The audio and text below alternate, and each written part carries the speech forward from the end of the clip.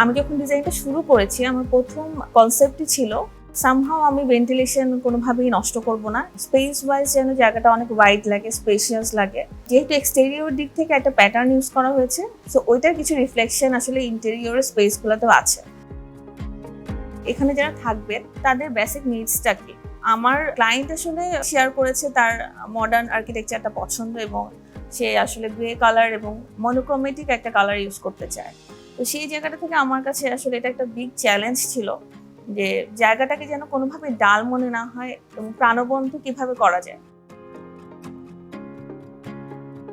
Modern আর্কিটেকচারে design করার পরেও আমার কাছে আসলে যেটা মনে হচ্ছিল যে আমার এখানে একটা কন্ট্রাস্টিং একটা কালার খুব দরকার।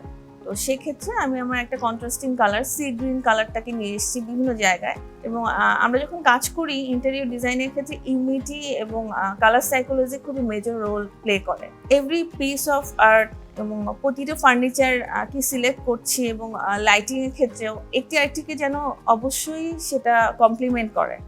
তো সেই জায়গাটা থেকে আমি আসলে ভেনিসিয়ানের ডিজাইনটা করেছি। ক্লায়েন্ট তো অবভিয়াসলি স্যাটিসফাইড। ক্লায়েন্টের সাথে সাথে এটা খুব ইম্পর্টেন্ট যে অ্যাজ অ্যান আর্কিটেক্ট আমি কতটা satisfied. Thanks to my honourable client. তারা আমার উপর বিশ্বাস রেখেছে, এসএফএস এর উপর বিশ্বাস রেখেছে এবং ডিজাইনটা করার ক্ষেত্রে আমাকে যথেষ্ট পরিমাণ ফ্রিডম দিয়েছে। এজন্য আমি আমার ডিজাইনটাকে তাদের ইমাজিনেশনের সাথে ব্লেন্ড করতে পেরেছি।